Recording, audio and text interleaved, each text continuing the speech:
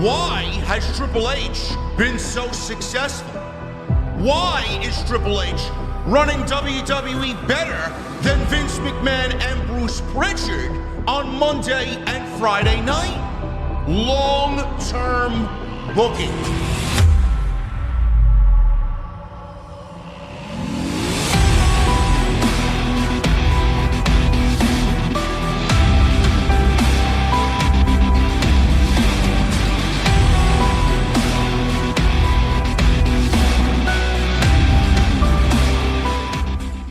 What is going on, guys? Thank you so very much for joining me right here for an emergency. I guess you want to call this TNT. It is Tuesday Night Titans, but on Thursday, I am JD from New York, as always, joined by my co-host on Tuesday nights and my very good friend, Andrew Baydala. What is going on, man? Holy shit, what a day already, man. It's not even lunchtime yet. I know. Normally I'm sitting here having my second cup of coffee or espresso. My espresso machine is working overtime today for sure. And yeah, I'm getting into the nooks and crannies of meetings and stuff like that. But man, what a day. Unfortunate news and some fortunate news. But, you know, we'll take a different approach to this whole thing that happened today, myself and JD. And yeah, man, it's unfortunate. Yeah, it really is. I did not expect anything to happen this quickly. I expected it to happen, but not literally within the same week, where we had over 100 people fired from WWE because of the merger with Endeavor. We're going to get into that. I got the list of names. I would really want to preface this by saying, please stop and just hold off on predicting who's going to be next. Nobody wants to lose their job, and we don't want anybody to lose their job. I've seen it all over social media with troll accounts and people pretending to be SAP, reporting news about people getting released. Just calm down. We're going to go over this in the most timely fashion and the most respectful fashion. We've got the listed names. We're going to talk about each one of these names, and we're going to talk about the SmackDown moving to USA Network deal, as I have a lot to say on that as well. Drew, the floor is yours, like I usually do on Tuesday. Let's start this off with what you want to start with. Well, I want to say this. We are not going to take your typical doom and gloom approach here on this episode of TNT. It is a special episode, obviously, for good circumstances and obviously some bad, some unfortunate. But JD doesn't know this, but the game we're going to play today, and it's not really a game because it's people's lives, but we're going to predict where people are going to end up. We're not going to predict their downfall or how WWE mismanaged them or didn't use them the way we would like to see them. We get it. These are people's lives, people's jobs. Have a heart today. I understand there's a lot of content creators jumping on the bandwagon of doing shows and everything else like this. This show was going to happen. I called JD at 8 o'clock this morning, and this show was happening before the talent cuts had occurred. We were going to talk about SmackDown. That's the big picture here. But we will also talk about where we believe this list of talents will end up. All of them will end up somewhere, just where. But again, I urge you all to be appreciative of what you have. All those men and women were living out their dreams. Those dreams are now ending, some for the better, some for the not. They'll all find their ways regardless. And today is a day to have compassion. Do not talk about how this person should have got released and how that person shouldn't have. That's just tone deaf, in my opinion. Yeah, absolutely. And before Drew gets into what we're going to start off with, I want to read this tweet as a starter from Matt Cardona. Absolutely love Matt Cardona. I'm a huge fan of his, even more so now than I was then when he was with the E. He said this about an hour ago on Twitter. To those who were just released, this can be the end of your career, or it can be the beginning. And he highlights end and beginning in capital letters. Look yourself in the mirror and decide. I promise you the work and the money, which he highlighted in capital letters as well, is out there. It's not easy. It's a grind. It's a hustle. It's frustrating.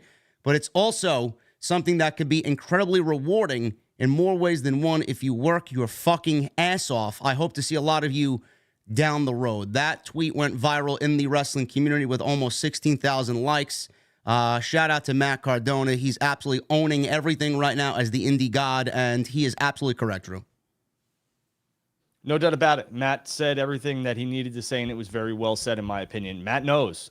Matt was released, and everyone was like, well, where's Cardona going to end up? He's going to go here. He's going to go there. Matt carved out his own path, and Matt seems to be doing very well for himself. A Long Island man like myself and JD here. So I love to see men and women thrive, especially in something that they love. And listen, You want to talk about some big money, Cardona and Ziggler on the indies. I mean, they can make a lot of money. Shit, man. Let me call up House of Glory. Let's get Dolph over there already, man. Cardona's our world champion. I'd love to see that. But yeah, man, let's start this show. What do you got to start off with?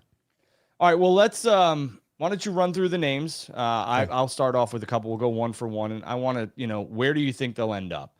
Will it be Impact? Will it be AEW?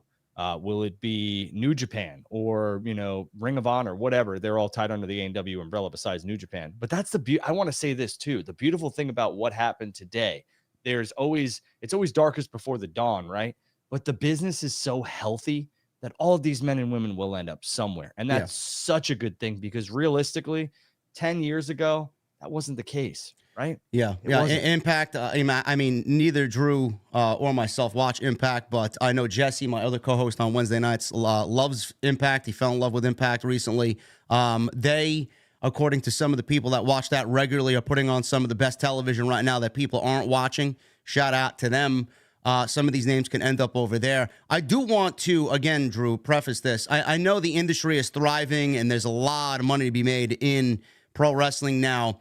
A lot of these names may end up somewhere. A lot of these names may end up on the indies doing indie work. As far as AEW being the second biggest promotion in pro wrestling right now, with how loaded they are, how likely is it that Tony Khan's going to be looking at the list of free agents that come out today and be interested in bringing some of these names in? I mean, isn't he already stuck with some problems over there with a loaded roster, and he doesn't know what to do with half of the people that he has employed already?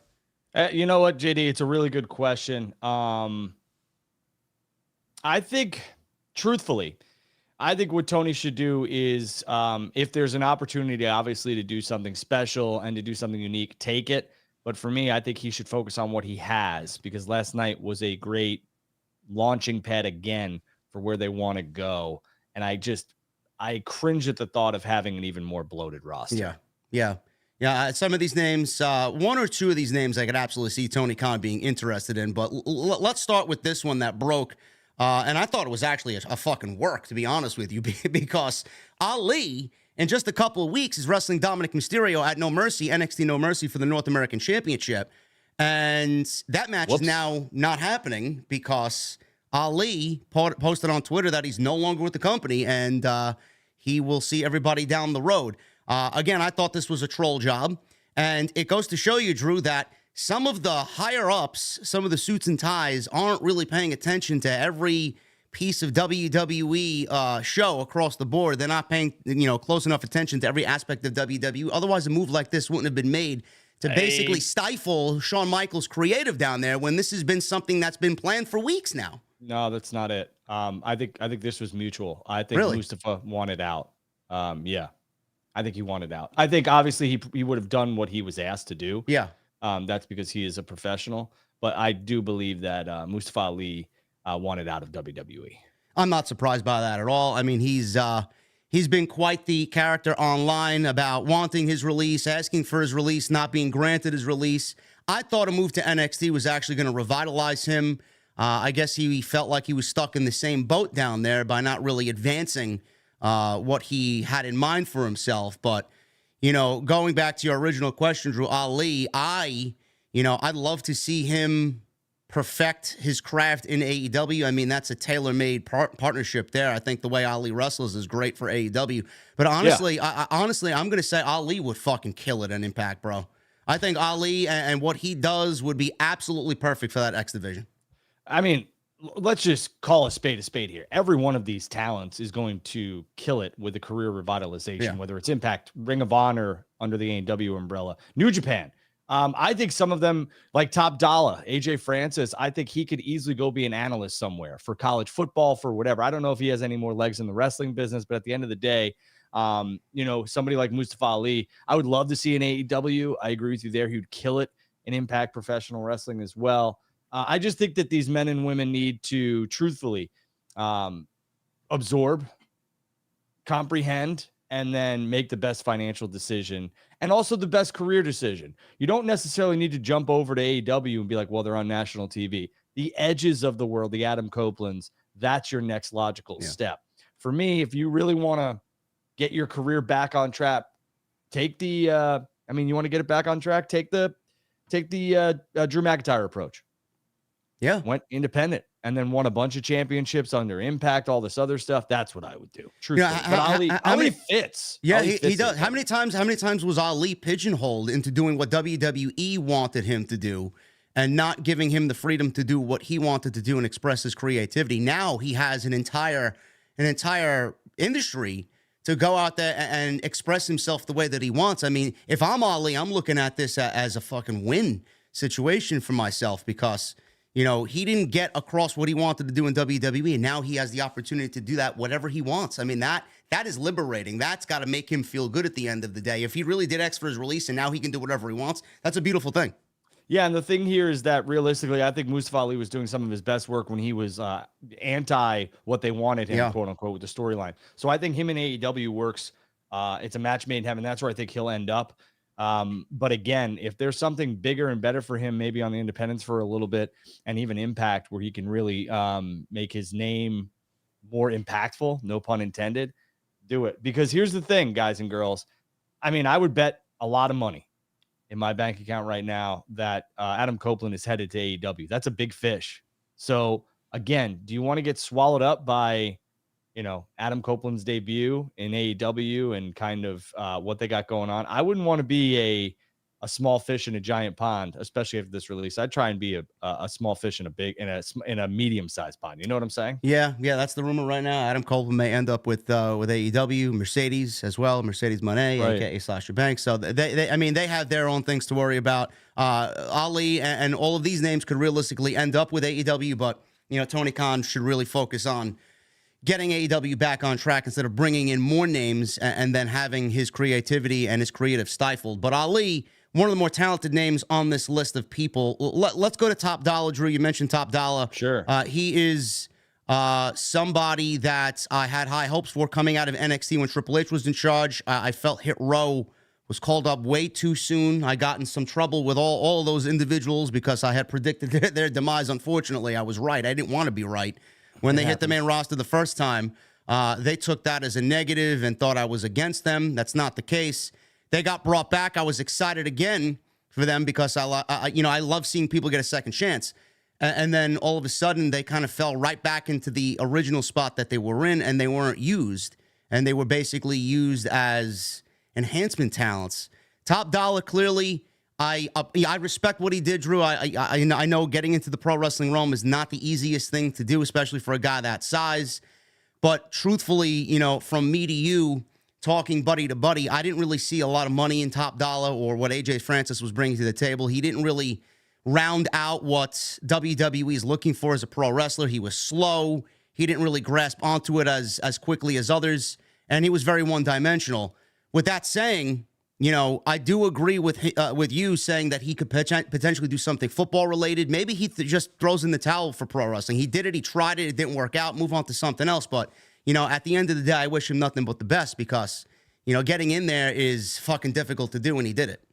Yeah, and here's the thing. I think AJ Francis would 100% be a great color analyst for College Game Day, whatever he wants to do. I think he'll make some money on the independent scene as well because as soon as you come off WTV, you're going to make some money. So, you know, I think that's logical for him. Do I think his wrestling days are behind him? Who am I to say? But I do believe that AJ Francis will probably be one of the few who kind of finds their niche and their potential massive revenue gain in something outside of the pro wrestling ring. And he's talented. He's a musician. He raps. Mm-hmm. Obviously, he's very talented in that respect. So, I mean, it is extremely hard. I want everyone who's watching this, I didn't mean to cut you off, but it is extremely hard to make the NFL, not only make a practice squad, but to make an active roster. So for everyone saying AJ Francis was a flop in the wrestling ring, okay, great. That does not discount anything he's done in his professional career. The man is an athlete and he'll be just fine. Well, how many football players came through the system and didn't make it? I mean, the numbers got to be fucking staggering. I mean, not everybody could be a Brock Lesnar or a Kurt Angle coming from the Olympics and doing that thing. Look at Gable Steveson. I mean, he got off to a fucking terrible start. You know, you're not going to have the next Kurt Angle, the next Brock Lesnar overnight. So you know where I like him, truthfully, as a heater, someone's manager. Go over to AEW and go work with Swerve. Let him be a manager. He doesn't need to get in the ring. He's big. He's a bad mother. You know what? Yeah. I mean, just let him do that and let him, be the heater. That's what I would do. And he could talk. That's the biggest thing he's got going for him. So, he was let go. We don't know anything about Ashante Adonis or B-Fab. So right now they are still together. I don't know what the plan is there. Reportedly, there are more cuts to be made, and NXT cuts, according to Brian Alvarez, will be made by 5 p.m. today. So I guess we picked a good time to go live because everything kind of has slowed down right now. Top Dollar, Mustafa Ali, Emma was another one. A sad tweet she put out, Drew, because she was retweeting about the Australian show that was just announced, Elimination Chamber. You and I actually talked about this on Tuesday. I predicted that it may be Elimination Chamber. That's what it was. She was excited to potentially be a part of that, and then legitimately half an hour after that first tweet, she's like, "Oh, never mind. I just got released." I mean, that's fucking terrible, man. I can't imagine what Emma's going through. And Emma's fiance, Rick Moss, was also let go as well. So this was a 2-for-1 deal, unfortunately, for WWE. Emma was brought back, man. I thought she did fine work on Impact and wherever else she went after her first initial WWE run. But, I mean, they didn't do anything with her, bro. It's like you're looking at the roster of your Vince McMahon, you got your fucking old man glasses on, you're looking at things, what is this woman doing? Get rid of her. It's like, what do you expect to happen here? Yeah, I think there's only so many hours in a television show weekly that they have. And realistically, there's guys and girls under contract right now that haven't seen television yet.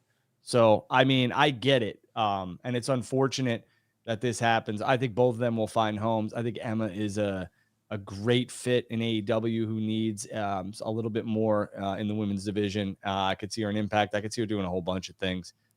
The run back in WWE just wasn't for me. There's been a lot of talent that coming back just haven't done it for me. But realistically, like I said, stay on the positives here, and I think she'll end up AEW or Impact. Yeah, it's tough, for someone like Emma and most of these names, they were never really given an opportunity to even showcase what they're made of. I mean, Emma, she had a run-in with Ronda Rousey for one match on SmackDown, I remember, and that was basically all I remember from this current run. She got brought back, and, the powers that be just sent her out there like, no video package, no return vignette or anything, no coming attraction. Oh, yeah, Emma's coming back to the WWE. I want to be positive, but at the same time, I got to be honest. These talents never really stood a chance. They were never really given an opportunity to show the audience what they're truly made of. And WWE Creative never backed them from day one. So, they were behind the 8 ball, before they even saw what was coming. Like, it sucks. It's just a terrible situation. How could you thrive in that type of environment? Yeah. Well, and that's the thing. Unfortunately, with mergers, which some of you may have been or may not have been a part of in your professional career, this stuff happens. This is a little bit different. Normally, after a merger, we see the cuts come on what we saw, kind of the corporate side. And there's talent involved in this type of merger because of the entity that it is, World Wrestling Entertainment and Ultimate Fighting becoming TKO and part of Endeavor. So there's actual talent that goes with these mergers. So it is unfortunate she was never really given a chance, but they're going to look at their books here, and that's what they're going to do. They're going to say, all right, how much have we maximized this person's television time? No. Okay, this person's getting paid this amount of money. All right, well, you want to know what? We're not really maximizing this. It's kind of a net negative. Unfortunately, we have to make a tough decision today, and that's what happened. Yeah, Emma, Riddick Moss let go, which I was actually surprised by because, I know Paul Heyman was very high on Riddick Moss, and a lot of people were high on Riddick Moss. He had a great body. He had a very good look. He was decent in the ring, and they just didn't really do much with him. I think the last we saw of him was in a feud with Karrion Kross on WWE television on Friday night, and that was basically it. So he was let go. Emma was let go. Rick Boogs was let go. I remember seeing Rick Boogs when I made my first trip to NXT, and he had, this gimmick where he came out. He had the tassels around the arm, and he looked very fucking vintage, retro 80s, playing air guitar and air drumming on NXT television. I fell in love with him because I'm a big metalhead, and he got transitioned to the main roster. Warrior. Say again? He looked like the Ultimate Warrior. He got transitioned to the main roster. They didn't really know what to do with him. They kind of shed that NXT gimmick, which I love because it was very character-based. They put him with Nakamura. It didn't really make any sense. He became Nakamura's hype man playing electric guitar during Nakamura's intro. Then he got hurt. Then they moved him to Raw, and they didn't do anything with him post-draft, and here we are. Rick He got Boogs, over. He did get over, and you know he got over with that. And listen, Boogs, I love Boogs. Boogs is very charismatic. I don't know how they didn't do anything with him, but unfortunately, he was one of the individuals let go today, and it's pretty sad. Yeah, again, somebody who's got a ton of charisma who will easily find his way, whether it's acting or another promotion. He will be just fine. Yeah. You know, and again, I know everyone's like, well, AEW and Ring of Honor and all. I see all the predictions in here, but guys, I mean, there are only so many spots that can go around, and again, AEW is loaded with talent. Yeah, and I'm not talking about like talent that you may or not like. They have a lot of talent, just employees. Yeah. It's something to maybe, you know, reach for if he wants to continue this path. Work at it, work the indies, do what you got to do. Your creativity now is completely free reign. You can do whatever you want. Go back and do what WWE didn't allow you to do on the indies. Work to get to that point if you want to be in an AEW. It's not out of the realm of possibility, but right now, Boogs, gone. Aaliyah, gone. I mean, to me, like you were talking about net positives and negatives. This was a complete negative. They didn't really have any plans for her. I know she won the tag team titles with Raquel Rodriguez at one point or another. Again, no loss here for WWE. It's sad that she lost her job, but hopefully she finds her footing somewhere if she wants to continue doing this. Aaliyah let go. Elias let go. A lot of people were actually upset about this. Well, again, something where it's like, okay, we have this man under contract, and we're not using him. We don't have anything for him. He's at home. He's getting paid. And at the end of the day, you make a tough decision, and that was one of them. I don't think it was extremely tough because he's not involved in any major storylines. This is another person who, if he wants to, will find a home very quickly because charismatic and can easily kind of change what he was doing. Because I think the Elias character is done realistically.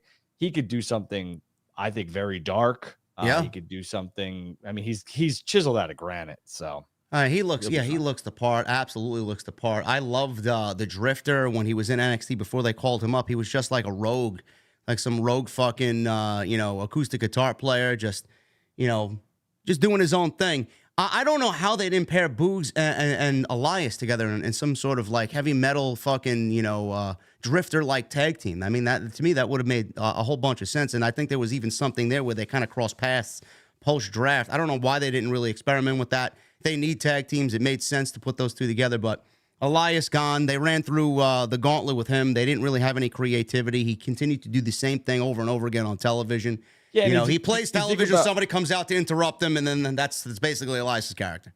If you think about some things that man accomplished in his career too, Cena, Taker, at WrestleMania, and then the Raw or after SummerSlam, or was it Mania? The Raw after Mania, maybe, I don't know when it was. I think it was that. Yeah. He interrupted, or maybe it was for Saudi. I don't know. But Taker interrupted him. Elias had some big moments in WWE, and both of them, Elias and Aaliyah, have not wrestled. I think it's been like 6 to 8 months, realistically. I mean, Elias might have been on something on Raw maybe 4 or 5 months ago, but he hasn't been a part of WWE, and Aaliyah hasn't wrestled a match in a very long time. Yeah, guys, I see you in the chat. Yes, and they still have Nia Jax. Yes, I know. All these people got fired, but we added Nia Jax to the roster. Well, here's the thing. Again, it's the I will say that with WWE, when they released the SmackDown news, I was like, cool, that's the news for the day. And then the cuts came, and I was like, okay. Yeah. But I think this had to happen before Friday because you have a show to run on Friday, that being WWE. So they wanted both of this to kind of hit, and it's just unfortunate timing. They wanted the SmackDown news to hit first, obviously good news, then bad news, but they want to be able to say something on SmackDown like, hey, next year the new home of SmackDown will be on USA Network. So it's unfortunate timing. Yeah. Shelton Benjamin, another one, unfortunate. He's gone. I know he's up there in age. He's nearing 50. He still looks fucking great for his age. I know a lot of people were hurt about the Hurt Business not really being together and being disbanded by Vince McMahon. Shelton Benjamin, Cedric Alexander, he's another name that I worry about. He may, find his way out of WWE at some point if this is the trend that we're going in. But Shelton Benjamin, Drew, I feel like they really missed the boat on his return. They did nothing with him. I thought he was a great fit with Bobby Lashley and Cedric Alexander. And to not keep someone like this is what I don't really understand. To not keep someone like this around who is very knowledgeable and unbelievable at what he does to work with the younger talent. I find that to be a miss. How do you feel about Shelton Benjamin being let go and not being used in other aspects to better the company? I would say that Shelton Benjamin, if I'm making a prediction here, I think Shelton Benjamin has been one of the most insanely gifted talents that WWE has ever had. That's not a prediction. And I will also say that the Hurt Business was one of my favorite factions. I thought it really helped both Shelton, Bobby, and Cedric, especially Bobby, who really did not show his character upon returning to WWE. Wasn't really talking much. I was in the building. People were jacked for him because he was coming off that very good Impact run. But it wasn't, it started to flounder. Shelton, I think, would, prediction wise, I think could easily do the independents for a little bit and become a performance center coach easily. He's got so much talent, so much to give to the business. Also, Shelton would fit what Mox and Claudio and some other guys are doing over there in AEW. So really depends on what they want to do with the Blackpool Combat Club, but I could see that one. And I could see him going back to Impact for a little bit. I know he had a small run there. And I honestly, if I'm, betting money, I would say that Shelton ends up at the PC in 6 to 9 months. Yeah, I like that Combat Club, correlation there. I think he would fit perfect with them. He doesn't have to talk much. That's the thing. Wherever he goes, he doesn't need to talk. He just needs to wrestle. Yeah. Shelton Benjamin let go. That was towards the very end of what was the bloodbath on WWE releases. And the biggest name that WWE released today, and one that I'm actually quite surprised by because he gave more than 15 years of service to WWE and now gone, Dolph Ziggler gone from WWE. And I know a lot of people are disappointed in this. I think a lot of people are really jumping the gun here. I mean, Dolph Ziggler was great. Dolph Ziggler is a fucking fantastic pro wrestler. If you talk about, top of the top pro wrestler in WWE, Dolph Ziggler's probably up there when you want to talk about the best that WWE employed. No doubt about it. He's going to land on his feet. If he still wants to wrestle, I know he's got his comedy thing, and, I could see him getting into acting as well if he didn't want to pro wrestle anymore. But if he is going to remain in pro wrestling, Dolph Ziggler is going to find a job very, very quickly after his non-compete is up. Where he goes, I don't know. Indies, he can do it, and I said it then when he re-signed 5 years ago that Dolph Ziggler should probably go out on his own and just become what Matt Cardona is now, because I could see him breaking out big time and being such a bigger name than he was in WWE. Drew, I said this on Twitter, man, he is a perfect fit for Tony Khan. I don't give a shit who you bring in. That's the guy you got to look at. 100%. It's really going to be up to Dolph. I think Dolph wanted this more than WWE wanted it. I think this is something where Dolph was kind of like, hey, you're not using me. It's been a hell of a run. I've been here for a while. Yeah. I mean, he's been there since what? I'm looking around my office because all the WrestleManias I worked, not as a talent. Let's get that before the rumors start flying or people clip that. I want to say he's been with WWE for a long time. 28, WrestleMania 28, 27. I mean, we're headed to 40. So, I mean, he's been a mainstay in WWE for a long time. I was in the building when he won his first World Heavyweight Championship. I think his only World Heavyweight Championship. Great moment. Crowd went nuts for him. What Drew is basically saying is Dolph Ziggler's the first Ballot Hall of Famer. That's 100%. Yeah. No doubt about it. And I think AEW would be a great fit for him. But again, I think it's some of these guys are going to end up in Hollywood. Look, I think Boogs might end up doing like television, truthfully. I could see it. So if Ziggler wants to wrestle, sure. His brother's over there, right? Yeah, his brother is over there. I've seen a lot of people fantasy booking already a potential tag team with his brother. I don't know what the future holds for Dolph Ziggler, but like I said, his in-ring style would be perfect for Tony Khan. No matter what you want him to do, he wants to work the indies. He can do it. I could honestly see him just shedding that WWE shell and just being who he wanted to be and putting on banger match. Dolph Ziggler's the type of guy that could go to New Japan and fucking give you a 5-star match with Okada. That's the 100%. Type of guy he is. I mean, if that's what he wants, he's going to go do it. I would love to see, truthfully, I'd love to see Ziggler sign with AEW Ring of Honor and become the Ring of Honor World Champion and, then jump to AEW's programming maybe like 6 months from now, 7 months from now, and get into whatever he wants to get into, because Ring of Honor, and I love what they did with Kingston, but I think Ring of Honor needs some more like main event heavy players in their heavyweight division. Yeah, I could see that. I could see him fitting on Ring of Honor, though I wouldn't put him there personally. I think Tony Khan as well, looking at Dolph Ziggler, not only for his in-ring work, he is a veteran of the game. He needs more people like that in the locker room, more people for that locker room to look up to, potentially. The knowledge that comes with Dolph Ziggler is tremendous. You need someone that is absolutely prime time ready for TV. He knows it all. Get him on the programming. I think that's a win-win situation for both Dolph Ziggler and Tony Khan if he wants to explore that. And I'm not surprised to see it. I'm disappointed, but I'm not surprised. I wish it would have happened sooner because I feel like Dolph Ziggler on this name is the most talented of all of them. But that rounds out the list of names so far. There may be more. We will keep you guys posted as long as we are alive. And if there is any more names, I will actually update you later today video-wise. Drew, they said NXT is not going to be immune to this. NXT releases are expected later this evening, says Brian Alvarez, around 5 p.m. Eastern. And apparently that is going to be later today. So we have more coming. Now, my thing with the NXT talent is, and I mentioned this on Tuesday, you know, they are going back and holding tryouts for independent talent to come on in to the Performance Center. You know, this was the way Triple H built NXT, through the indies. They moved away from that for the NIL program, and they wanted to build from within, take people that didn't have any wrestling experience, and pretty much WWE wanted to mold them in their own image. And it's something that I feel like they haven't received the return on their investment for. Now they are about to cut people.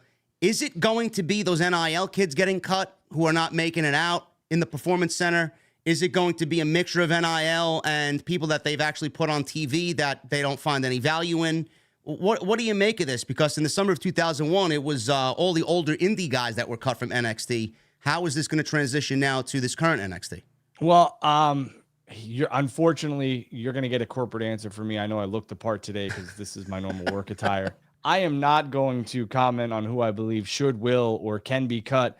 I think what they're going to do is they're going to sit down like they have been doing, and they're going to see who is getting paid and what they're returning, just like any business.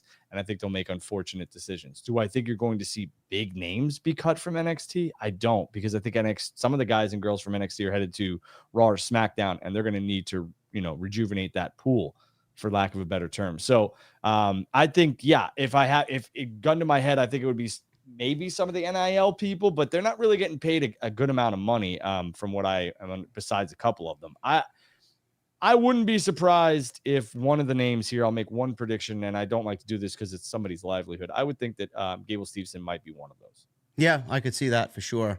It's going to be interesting because I know NXT right now is packaged with Raw. SmackDown went to USA Network. We'll touch on that in a little bit.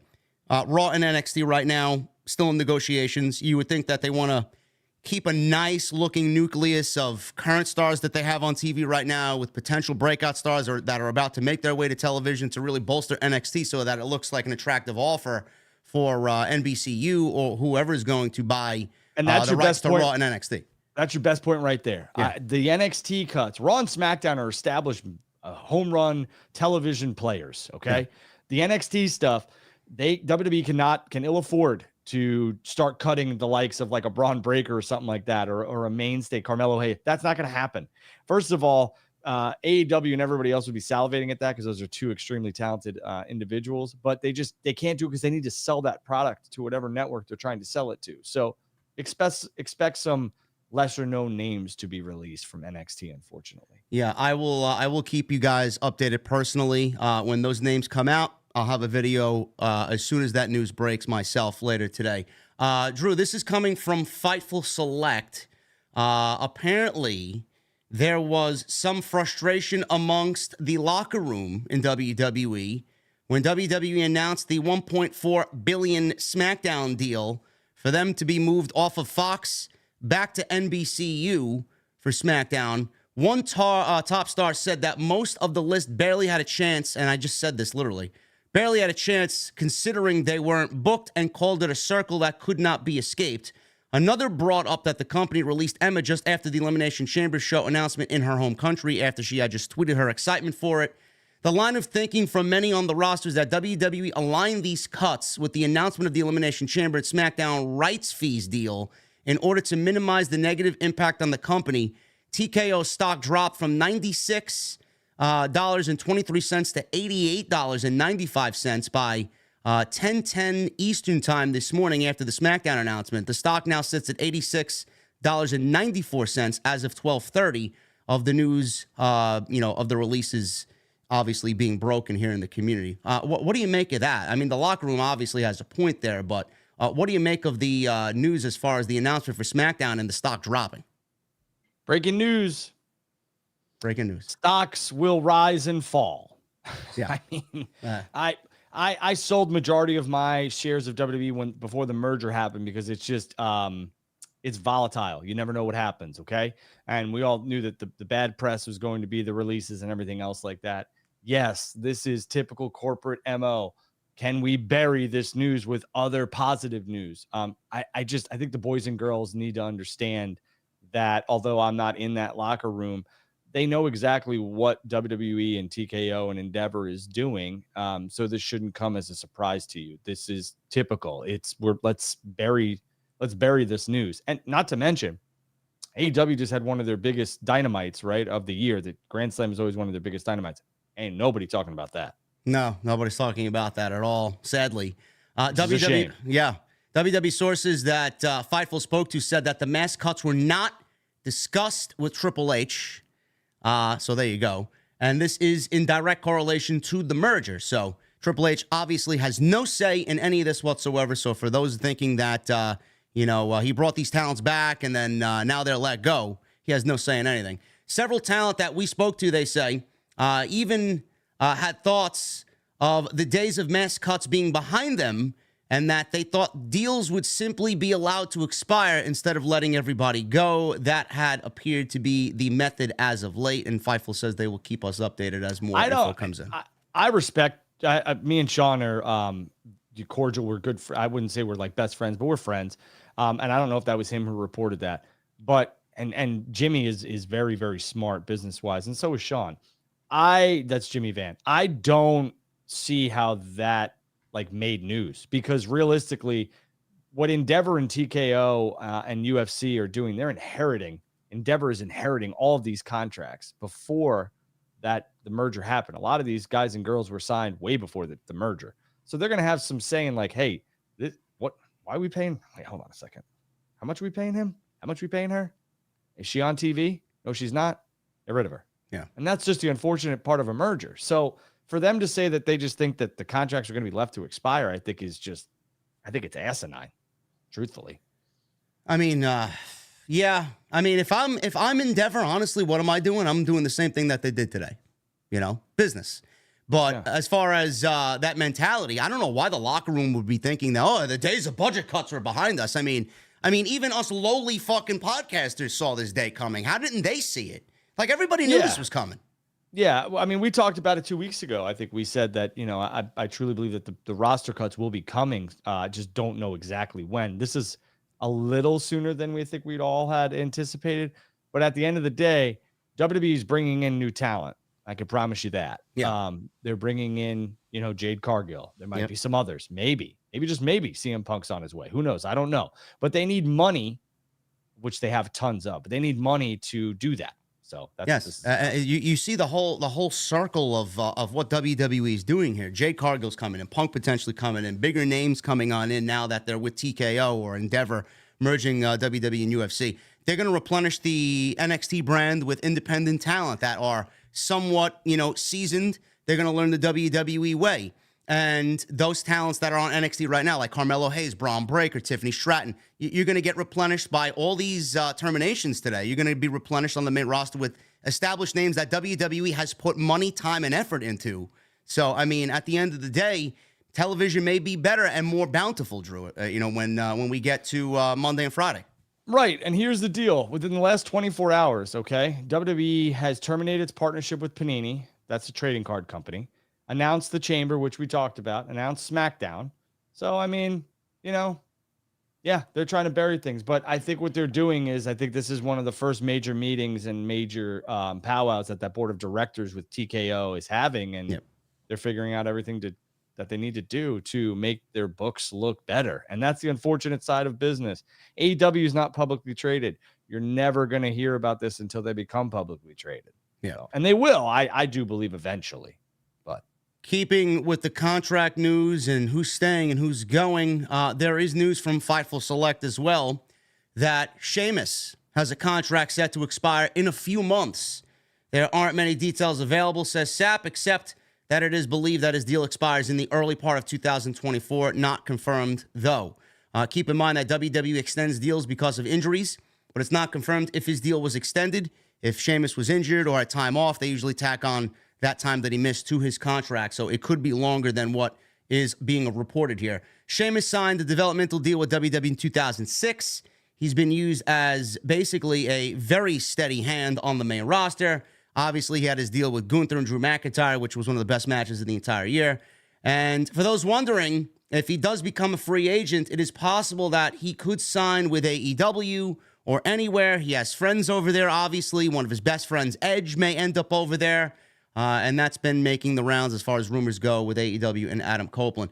Becky Lynch as well, Drew. She has a contract up next year. I believe Montez Ford has a contract up next year, and Drew McIntyre has a contract up next year. Now, before I get your take on this, I want to really kind of hone in on the Sheamus thing. I don't see Becky going anywhere. I mean, her husband is over in WWE. She's not going anywhere. I think WWE is going to offer her the fucking the bank to keep her. But someone like Sheamus, that to me is a telling sign. If they don't bring someone like Sheamus back and they don't want to pay Sheamus, what does that mean for the rest of the locker room that is of that type of veteran status and of that age? I mean, should they start thinking, hey, maybe I should start looking elsewhere if they're not bringing Sheamus back, who's basically been here his entire life? Yeah, the Sheamus stuff will be interesting. I'll say this. I had a conversation with Sheamus, I want to say like 6 to 7 years ago. His contract was coming up. He was doing the thing with Cesaro. It was like the best of 7 or whatever. And then they ended up. And that's what led to the bar. Right. Yeah. And I had said to him, because there was rumors about that, I had said, hey, man, stay with WWE. It's just my opinion. And he said, I'm not going anywhere. This is where I always want to be. And that was 7 years ago. Yeah. And there really wasn't viable competition. I think Sheamus would be I think it would be beneficial. It would benefit him to head on over to AEW if they would have him. He's done so much in WWE. It's kind of the same thing with Adam Copeland. How much more can this man accomplish in WWE?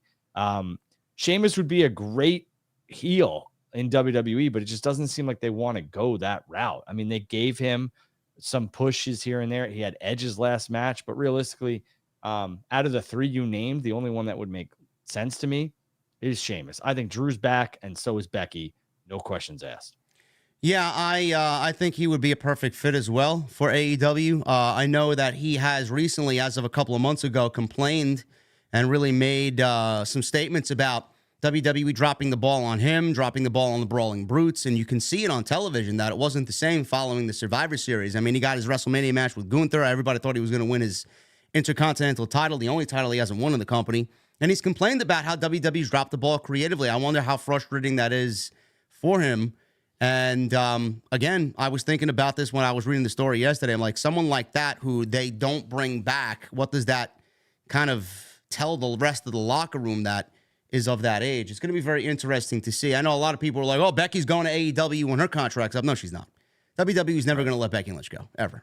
So that's the news as far as that is concerned with those expiring contracts, the releases. There is more still to come, obviously, today, like I mentioned, with Brian Alvarez and the NXT releases and cuts. We'll keep you updated on that. Let's get into the other big thing today, Drew. SmackDown returning to the USA Network as part of a new agreement with NBCU. Terms of the deal weren't disclosed. However, the Wall Street Journal reports that people familiar with the pact valued it at roughly $1.4 billion, which is about a 40% increase over the deal with WWE and the deal that they had with Fox. Now, I was actually surprised by this because, actually I wasn't really surprised by this because I kind of felt when they fired Ryan Satin that things were kind of going a different way. And everybody made a big deal about them canceling the Out of Character podcast. And the correlation there was like WWE is going to, be without Fox. Where are they going to go? ESPN? Is it going to be Disney? Blah, blah, blah. I kind of felt Nick Khan wanted everything under the same umbrella. Now we may be looking at WWE under the same umbrella, but with their true partners here for how long they've been partners, NBC Universal. Well, here's the deal. NBCU is the exclusive streaming partner for the WWE Network, Peacock, all their PLEs, everything else like that. And I don't think that expires for another 2 years. So you're getting WrestleMania 40 and then WrestleMania 41, I believe, on Peacock with the merger. I do believe that the reports out here, the valuation is high, and I think it is high because WWE SmackDown was just on network television. It was on Fox. So I think Nick Khan was smart to move this entity for the price that he did, and WWE did. What I will say is that I think it's interesting that SmackDown was announced first instead of Raw. And I know everyone's like, well, Raw's not up for this, and that. Yeah, well, Raw is currently on USA. So my thought pattern here is I'm trying to read between the tea leaves and read everything else that's going on. It seems to me like we didn't get a fiscal announcement of how much it was, how much the rumors out there at 1.4. That's what it's believed to be sold at. I truly believe that what NBC is doing is they're trying to acquire all of WWE's television programming, the rights, Raw, NXT, and SmackDown. That will give them essentially, if it's 3-3 or 3-2-2, you do the math there, that's 7 hours of television weekly for WWE on NBC programming, plus the 4 Saturday night main events that you're going to get. So if they end up losing, because I do believe that's happening, if they end up losing the big 4, the pay-per-views, and maybe they lose the PLEs entirely to ESPN Plus or whatever, this is their way of saying, okay, we lost that, but man, we have all of this.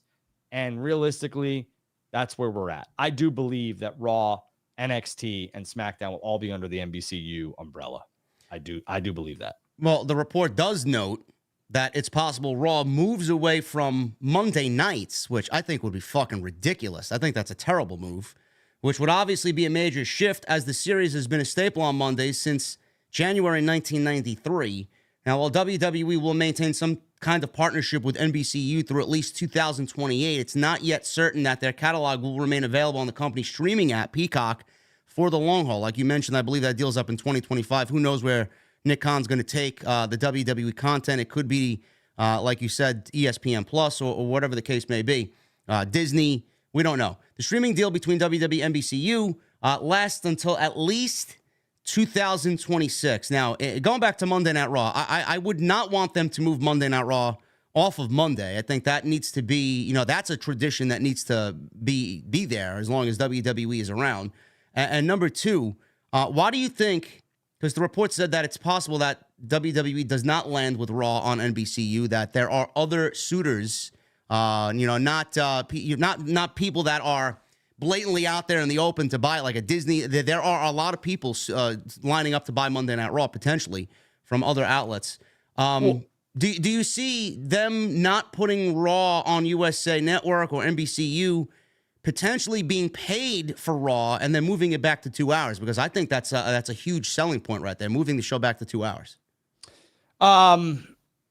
I don't think, truthfully, that Raw will be moved to 2 hours. I think there's always a possibility. If it remains on NBCU, I think they might, if NBCU decides to buy the streaming rights for that, I could see them maybe making Raw 2 hours. There was a rumor that SmackDown, if NBCU loses Raw, maybe SmackDown becomes 3 hours, which I think the perfect wrestling time is 2 hours. But if you're going to pay $1.4 billion, you kind of get to call the shots. So I think, again, I'm going to stick with what I'm saying. I think what you're seeing here is SmackDown is announced. This basically, you have Raw and SmackDown. All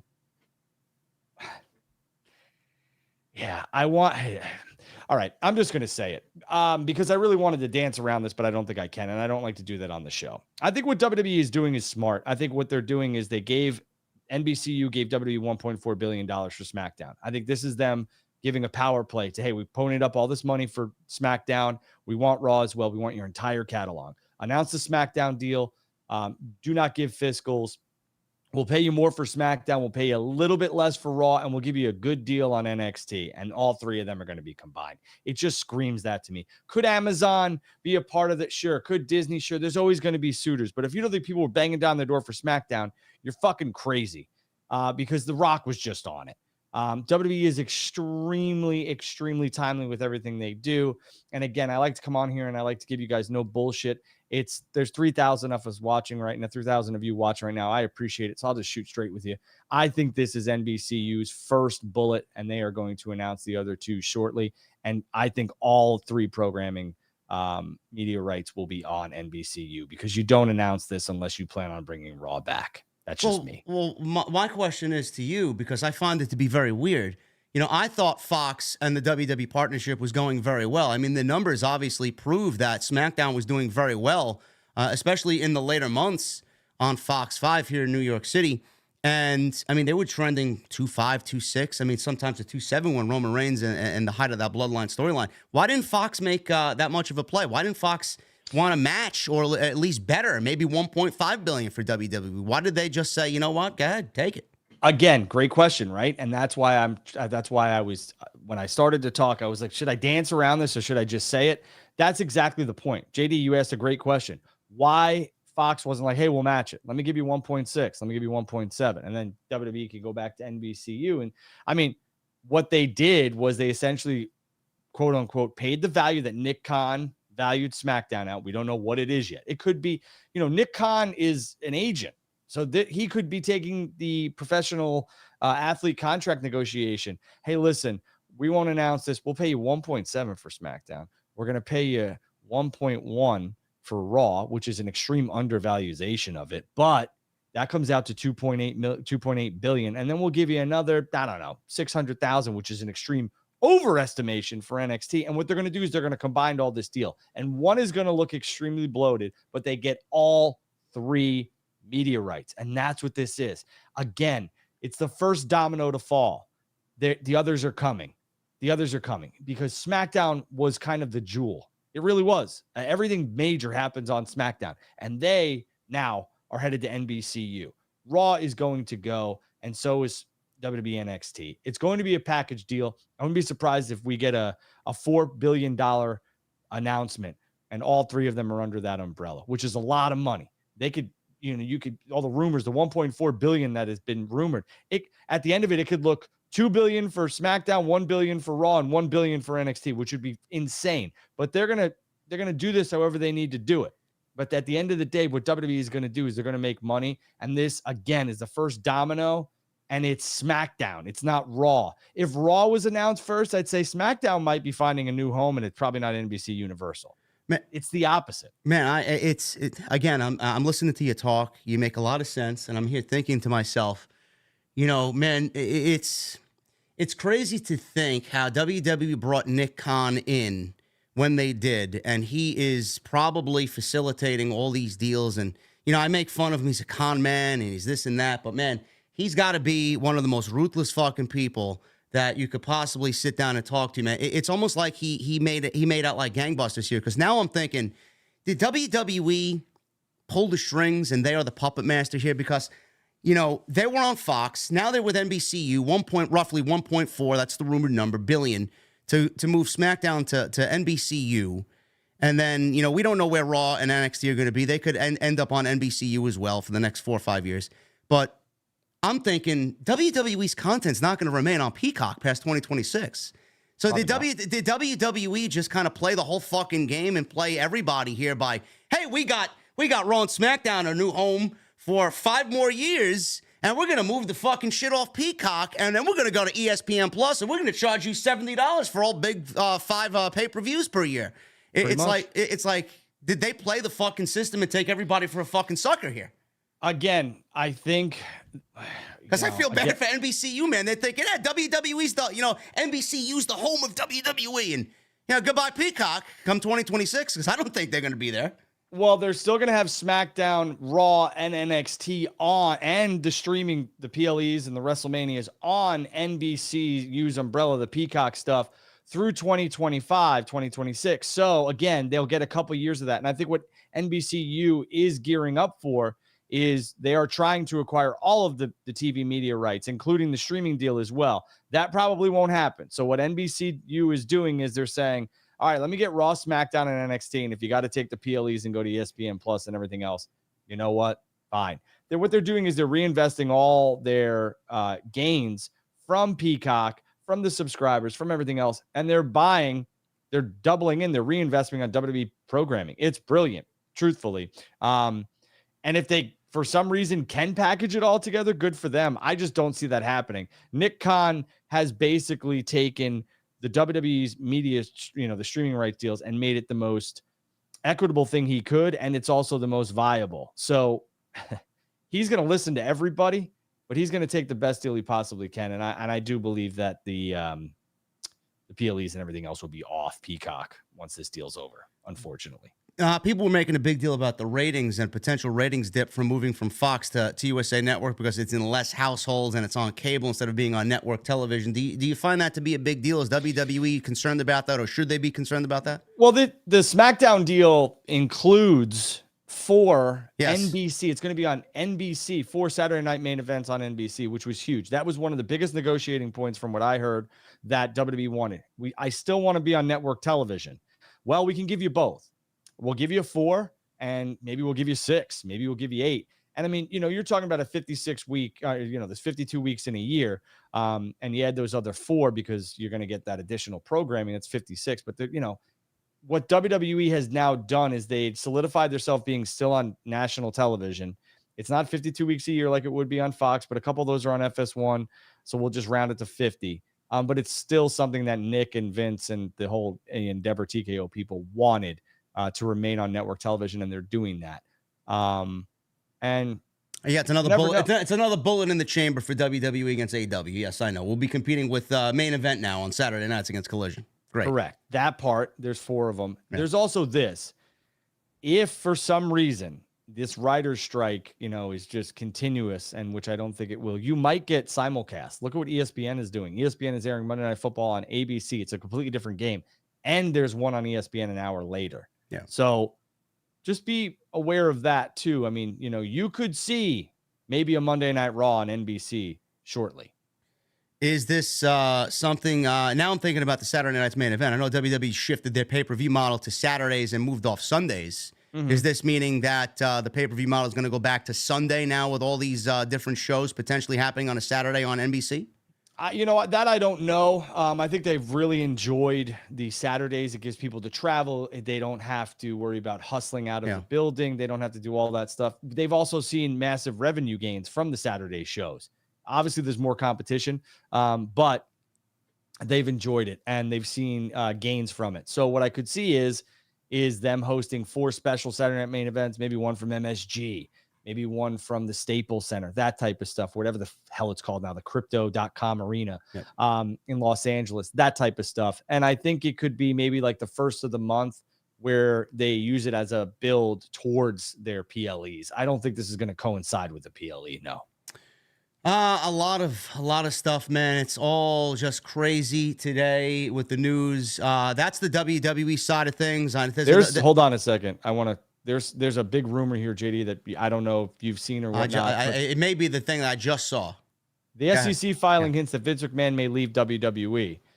This is accurate. I could say that when the SEC reports that, it seems like after the merger, McMahon holds 28.84 million TKO shares, which is valued currently at the market at $3 billion. It seems as if McMahon is putting all of his shares up for sale. Now, this is common in some spaces. Vince is obviously trying to find somebody to buy all of his shares. If not all of them, then some of them. But he might have it where it's all or nothing. So if somebody wants to pony up $3 billion, then, or he could sell all of them, then he takes it. I don't see this being the case, but it is interesting and interesting timing that Vince would take his $3 billion and maybe go home. He still would be on the board, though. They're going to keep him there, in my opinion. To do what? What is he? If he's selling all his shares, what the fuck? Who cares? I think he would just be like a consultant. I don't think he's going. So maybe not on the board. I'll run that back, but he'll be a consultant in some way, shape, or form. But if he sells all of his shares, it'll be interesting to see who buys it. I mean, the Axios report, all I see here that I really am concerned with, Vince McMahon may leave WWE. That's all I care about. I don't give a shit how many fucking billions he has in stock. I mean, who cares? Goodbye. Yeah, if that's what's going to happen, then that's what's going to happen. It'll be interesting. It makes you wonder why Ari Emanuel brought him in, knowing that his back catalog of crimes was going to eventually come back to haunt him. You know? Yeah. You know, we don't have to talk about Vince McMahon, bro. I know. I can't wait for him to be gone. I mean, can you blame me? I'm a fan. Well, this is interesting, and it seems like we're breaking news after breaking news after breaking news here. TKO itself says in a regulatory filing, Vince McMahon's membership on our board could expose us to negative publicity and/or have adverse financial and operational impacts on our business. His membership may also result in additional scrutiny or otherwise exacerbate the other risks described. Any of these outcomes could directly or indirectly have adverse financial and operational impacts on our business. That is huge. That is something that piece of this is something you guys should follow, because the other stuff, they're putting us shares up for share, whatever. It was never about a sale of the company, man. Vince fucking suckered everybody. That's exactly what he did. He thought he could get away with it. Well, I mean, invincible, right? I mean, everyone thinks they're invincible, and Vince was bulletproof. The man's Teflon, it seems. So we'll have to wait and see what happens. I mean, that's late breaking news there. I love hearing that. We'll keep a close eye on that. The timing is interesting. Has Vince been screwed by Ari? Well, I mean, I don't know, man. It's the business world, man. There's cutthroat shit happening every day, man. I wouldn't put it past Ari Emanuel. I mean, that's what I'm saying, though. If you think about that for a second, all of this stuff comes out after this merger happens, like a week, 2 weeks after. I mean, this news, they probably had it. They just sat on it. Yeah, man. Me and Ari are going to be best friends, man. I'm going to be a big fan of Ari, man. Love it. We'll keep you guys updated on that. I do want to shift before I know Drew's got to get back to work in a little bit. I do want to get his thoughts on Grand Slam. There is news coming out of Grand Slam. Couple of different things. First of all, there was news that broke during Grand Slam, Drew, that AEW may actually have another pay-per-view on December 29th of 2023. What do you make of this? Because I know that Max is now streaming sports, and Bleacher Report via Max is now going to be a $9.99 additional charge. Are they gearing up or a little earlier than anticipated for AEW to be on there with this potential December pay-per-view? Because I feel like they need to if they want to get this ball rolling, because it's going to be a very difficult sell, bro. With All In, All Out, Full Gear, Wrestle Dream, and then this one, man, that's a lot of $50 fucking price tags when we were paying 4 times a year, man. We're going to be paying 5 times in the last 4 months. I think the perfect time to introduce whatever they're going to introduce regarding AEW and the streaming deal and everything else like that is that December time frame. Everyone's kind of home for the holidays. People are gathered around. Some people, stay home from work from December 23rd until realistically January 3rd or 4th, a couple days after New Year's. So I would 100% look for that pay-per-view to be on Max. Yeah, I think that'll be the launching pad. And it's a smart move for them. And I would do it. Yeah, we talked about it on Tuesday. I know Drew said that there could be a potential where AEW, kind of waters down their product, and the pay-per-views water down everything that they do on TV. I feel like Tony Khan, if he's going to have a little bit more of a consolidated television schedule now and leading into a pay-per-view every month, that it actually may get him on board with actually telling longer stories and getting more involved with storytelling, because I feel like he gets lazy when there's so much time in between pay-per-view. So it's going to be a very interesting thing to monitor as well. Grand Slam, I thought it was probably the best Dynamite of the summer. I thought it was a tremendous show from top to bottom last night, minus a botch here and there, and the fucking injury scares. It seems like AEW wants to drop everybody on their goddamn head. Adam Cole, we'll talk about him in a second. Jon Moxley suffered a concussion, a mild concussion, says Dave Meltzer on the Wrestling Observer Live. The match outcome was supposed to be Moxley. Phoenix was not supposed to win the championship, and apparently Rick Knox, the referee, botched the ending of the match. What'd you think of that entire situation? It was hard to watch. And I feel for everyone coming under scrutiny in that match and everything else like that. Obviously, I didn't think that John was supposed to lose that match, but it was hard to watch. I'm happy John's okay and just suffered a mild concussion. Yeah, it was hard to watch. And, I think the right call was made, because realistically, they don't know if John's incapacitated and if he's, paralyzed. So yeah, he can't kick out, it seemed like, or maybe he said count to 3. And I'll talk to Tony when I get, I don't know what it was, but an audible was made and that's it. I mean, because realistically, if John can't go and can't kick out, there's only one decision to be made. Yeah, it's a tough spot. And Jesse and I talked about it on last night's stream. You know, what does Rick Knox do with basically how many seconds did he have to make a fucking rash decision there? It's like do you count to 3 and mess up the creative plans that were supposed to be, or do you just do your job and say, you know what, Mox is supposed to win this thing, I'm not going to count 3. He was just doing his job, and I think he got reamed out for it. But there's very little time in there to react, so. You know, I'm sure everything will come back around and we'll fix that. But it reminded me of the Owen Austin shit. The same type of pile driver. I mean, just an awful looking spot. I don't know why we're doing so many pile drivers. I know MJF got dropped on his fucking neck on the apron by Joe. Adam Cole, man, oh man, I got flashbacks to CM Punk jumping into the goddamn crowd, man. What a waste of a fucking spot that was. I seen him limping and I'm like, yeah, he's injured. Did you see that spot last night? I did. Just, again, unfortunate. Again, the Austin and Owen thing, right? When you go back and watch that, I mean, that was one of my favorite pay-per-views of all time. And I mean, the roll-up was horseshit. Austin said it. And realistically, did you want an ending like that with Mox? No. So I think Mox, you know, did the right thing by the business. The MJF Adam Cole thing, it was unfortunate. Adam Cole getting injured trying to hop a barricade, and then getting into the ring. Just it was bad. That part sucked. But again, Grand Slam. I think they need to stop running Grand Slam as a Dynamite and make it a pay-per-view, truthfully. It may actually end up being that way. Adam Cole was brought to the hospital. He was on crutches. We don't know the diagnosis of his injury. Obviously, it could factor into plans now.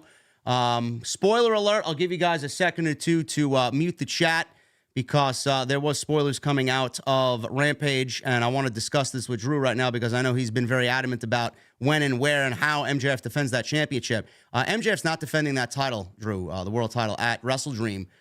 There is a tag team title match for the Ring of Honor tag team titles, and supposedly Cole and MJF will be defending against the Righteous at WrestleDream. I mean, is that a waste of a match for both Adam Cole and MJF, or do you sit in the camp where Jesse and I dwell and deem that it's okay because we don't want another 2 weeks of MJF build towards a nothing title match when it's not going to really be that substantial? Okay, so that's a good point. Fine. I don't mind that one. Okay. The one that bothers me, is that there is a tailor-fitted tag team title match for WrestleDream that they're not doing. And it just is ridiculous. Like, and the fucked up thing is, man, the team that you're alluding to was in the match last night that the Righteous beat. Right. And here's the other thing. Okay, so if that's not going to happen, cool. Give me the Hardys. Give me the Hardys. Matt and Jeff are both main eventers. You can give me the Hardys. We know they're not going to win, but it would still be cool. MJF and Adam Cole going against one of their favorite tag teams when they were growing up, blah, blah, blah, blah, blah. The Righteous? Cool.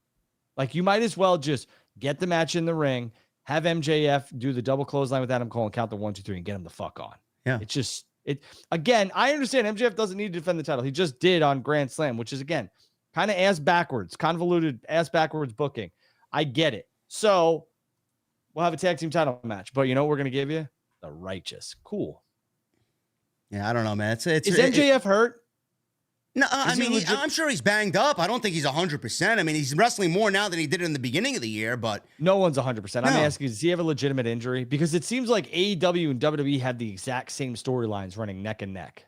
No, I think MJF's a professional. He went on every outlet on TV here in New York and was selling the neck injury. So I think he said he was injured, but he's not really hurt, but he's banged up. Yeah, it's just stupid. I mean, I've never been a huge fan of Ring of Honor being in AEW, but I know what they're trying to do. I think they should 100% be separate, but you have to build that entity up. So they put it on AEW's television program because I don't know if you know this, but Ring of Honor is, I think, on fucking YouTube. So they're not even on YouTube. They're on a fucking app. Whatever. Even worse. And what I'm saying there is that I get it. I just don't like it. So it's not for me. It doesn't mean it's right or wrong. But again, that match is so tailor-fitted, the tag team title match, Adam Cole and MJF taking on Taven and what's his nuts. I don't know. It's just... You want to know my thoughts on this before we get into the super chats? You know, Tony Khan thinks the fucking Ring of Honor brand that he bought is like something fucking everybody needs to see. Bro, it sucks. It sucks. You know, he thinks it's more than what it used to be. It's never going to be what it used to be. Keep it separate from what you're doing because you're just muddying up everything you're doing with AEW, and it's overwhelming for a fan to watch all this shit. Like, I watched Collision on Saturday night, and Iron Savages were in the ring with FTR. They got chants of, who are you? Who are you? Same thing with the fucking Righteous. Like, I don't want to see this shit. And the Righteous, I mean, can you get any more Wyatt family? I know Bray just passed away, God rest his soul, but do we really need someone that is very similar to what the Wyatt family did on AEW television, all because we need to pay homage to what the Wyatt family was? Give me a break.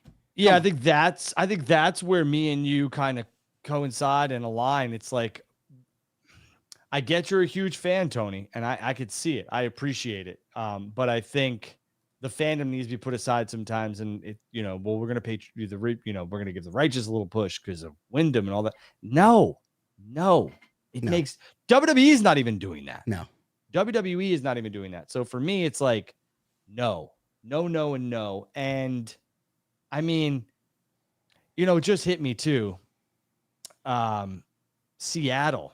The Climate Pledge Arena, Wrestle Dream. I got a funny feeling Edge is showing up there. Well, I mean, he did say his contract's up at the end of September, man. I mean, that's October 1. I don't know. It just makes sense because Tony announced that show right after All In. Yeah. And I truly believe that is where Edge will make his debut. I was just thinking about that. Doing what? I don't know. He's a big Pearl Jam fan. He being Edge, Seattle, makes sense. Hey, listen, man. Miles Kennedy's from Seattle. Lead singer of Volta Bridge. I don't know, man. We'll see. Anyway. There you go. Anyway, we are going to get into the super chats. I want to thank you and the 3,000 people that were in here today, man. Thank you guys very much for this emergency episode on the channel. Drew called me up. He's like, you want to go live? I'm like, yep, let's do it. I was going to do my own shit, but then when you got us together, man, the discussion's great. And there's a lot of different points of view coming at you. So hopefully you appreciate it. Follow us on social media at JDfromNY206, at Andrew Baydala on Twitter. Make sure you guys hit that subscribe button down below. I'm legitimately 50 subscribers away from 149,000 subscribers. I may already be there. I don't even know yet. And make sure you guys get those super chats in. We're going to hang out in just a second and hit the thumbs up, man. We need 100 more likes for 1,000 likes on today's live stream. Justin Smith with a $2 super chat. Warhorse and Boogs as a tag team, please. Yeah, man, I like Warhorse. I think that'd be a great tag team. Hopefully, Boogs gets right and continues to do what he's got to do, man. Michelle Moran with a $2 super chat. I guess Raw and NXT will go to Disney and Amazon now. Not necessarily. I don't think so. Could be, but we will find that out. Tyler, $1.99. What people from NXT do you see getting cut? Not here to make that assumption, but it could be a mixture of NIL talent, and some of the talent that was on NXT that didn't really amount to anything. And I know that WWE was going to give a 6-month grace period to people to see if they were making the cut or not. So it could be a bunch of performance center people that have not made television yet, Tyler. Tony Brown with the $4.99. WWE cleaning out the roster. They will do better elsewhere. I hope so. Tony. Yeah, and ESPN did this with a lot of their talent, and they brought in Pat, Shannon Sharp, and some other people. So yeah. it's what happens. I would not be surprised to see some bigger names end up in WWE. Jade, Brian Pillman are not massive names, but I would be on the lookout for a couple others. Jocelyn Smith with a new membership. Thank you, Jocelyn. Edward Liu with 25 months. Thank you, brother. As if WWE cared more for its roster as TKO. Think again. Emma gets released right after the PLE announced in her home country. So messed up and sad for her. Yeah, it's a disgusting situation, Edward. But, at the end of the day, business needs to be done. TKO is not going to care about that stuff. Gone with a $5 super chat. Honestly, when will enough be enough? Can all the talent just band together and walk out already, or at least make a threat? I mean, the names that we went over, Gone, are not really all that surprising. I don't know why you want there to be a mass revolt here for Riddick Moss getting released and Elias. There's a reason why there's never been a wrestling union, so you could stop right now. It's just the mass revolt's not going to happen. Lunar Guardian with 13 months. I can't think of a better way to spend my Thursday afternoon. Cheers. Thank you, Lunar Guardian. Appreciate you, brother. Michelle Moran with a $5 super chat. Free agents 2024. Becky, Drew, Sheamus, Seth, Imperium. Who will TKO keep? I hope NBC didn't buy SmackDown rights expecting Rock Roman to be there regularly. I don't think that had anything to do with it, but... Nope, it didn't. They fully know what they're getting. Yeah. I would if I'm TKO or WWE, I'm keeping all those names. And here's the thing, right?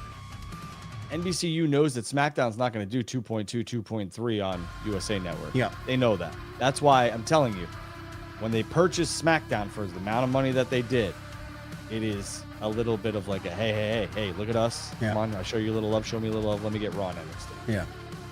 A Watson with a 16 months. The Vince McMahon reign of terror has begun. I'm glad you're feeling better, JD. Keep it up. Love your collaboration with Drew. Cheers, guys. Thank you, brother.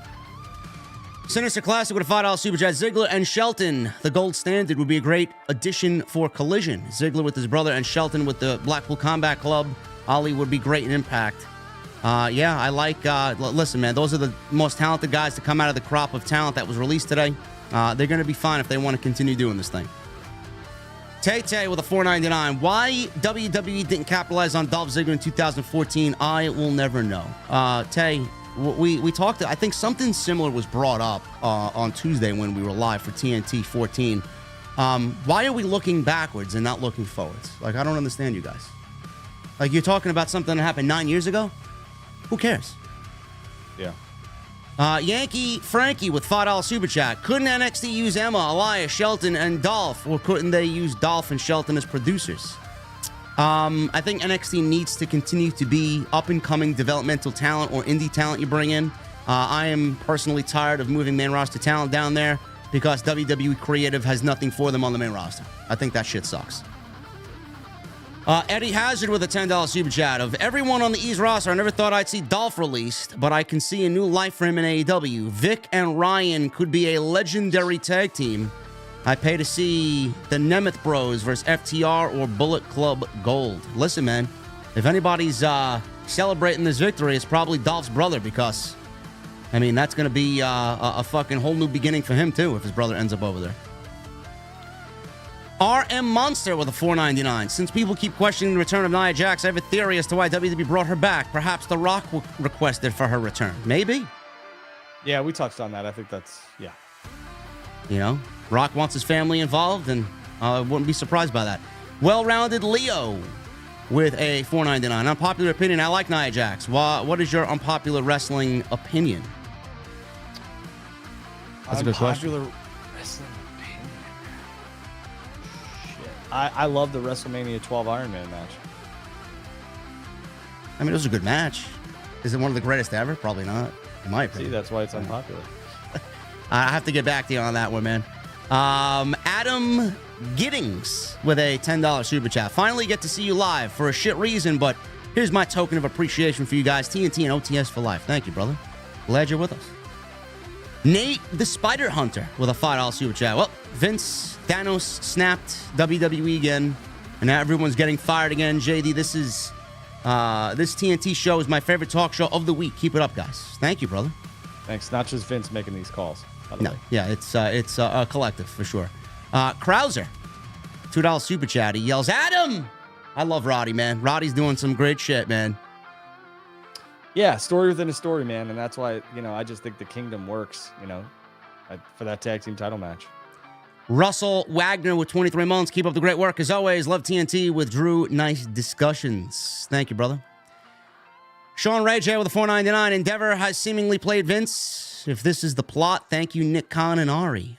Listen, man. The whole... You do not want to get me down this rabbit hole because I will tell you right now, there are some people I talked to. I said months, maybe even years, maybe a couple of years ago, that somebody within WWE has leaked all this Vince information, is trying to push him out. And now it looks even worse. This is great news, man. It brings a smile to my face. Thank you, brother. Sean Saputo with a $5 super chat. People need to understand these cuts can be positive. It allows these talents sitting around the chance to rebuild and reestablish themselves elsewhere. Absolutely. Love that line of thinking. And everybody here, if they want to continue doing pro wrestling, will land on their feet and be better for it. 100%. Michael Mirza with a $4.99. Appreciate you, Michael. Not exactly the way I expected. More TNT, but love getting more from this tag team. You weren't kidding when you said 5 days a week, 1 day, huh, Drew? Yeah, well, bigger That's the picture. goal, bro. I'm telling you right now. Serious side of the radio, ESPN, whatever. Your pro wrestling will be figureheaded, or we will be the figureheads. We'll be spearheading that. Trust me. Said Suka with a $4.99. Could this be Nick Khan's master plan to get Vince booted? Remember, he didn't vote him back initially. Yes. Listen, man. Don't make me put on my tinfoil cap, my hat here. I'll tell you everything that I think happened. I think Nick has been behind this whole thing, and he's trying to get Vince out of there. Man, I'm becoming a Nick Khan fan and an Ari Emanuel fan, fucking minute by minute over here. And Will Chisholm with a $10 super chat. The smile of JD's face that Vince might be pushed out just pops me. The feds keep telling Vince, we're not through with you, with Jade, and maybe CM Punk coming in. How much money would it take? I think Jade's making a little bit closer to more main roster money than she is NXT money, just based off the name value she brings already coming from AEW and Punk. I don't know what it's going to take to bring Punk in, but, you know, probably going to be a nice $2 million if they want him. Tour bus, you know. He doesn't want to be in that Mindy's Bakery, you know. Anyway, man, that's all the super chats we got. Drew, you got anything before we get the hell out of here? No, like I said, if any of the talent is watching this, it's always darkest before the dawn. You will be okay. For all of the 3,000 that were watching it, remember these are men and women who are looking to support their family, support themselves. Wrestling is escape from reality. It's entertainment. Make sure that you tell your loved ones you love them. Make sure you realize that there's bigger and better things in your life than professional wrestling. Enjoy the entertainment it provides, but make sure you can fully see your life before you start rambling off about how you're happy this person or that person lost their job. Yeah, I'm looking forward to seeing where all of these talents end up, man. You got my full support, every single one of them. I know it's a difficult thing to go out there and do, but there is light at the end of the tunnel, man, and you're going to really see how many fans truly appreciate you now that you're no longer with the WWE, because this is when the fun really begins. I appreciate everybody. Thank you for the 3,000. Thank you to Drew for being here on this emergency episode of TNT right here on OTS. And you can catch us Tuesday for episode number 15 right here on the channel, guys. I will see you later tonight because I'm sure there'll be more news, and I'm going to get to recording this Vince McMahon video right now. So I appreciate you guys, and I'll see you back later today right here for more OTS.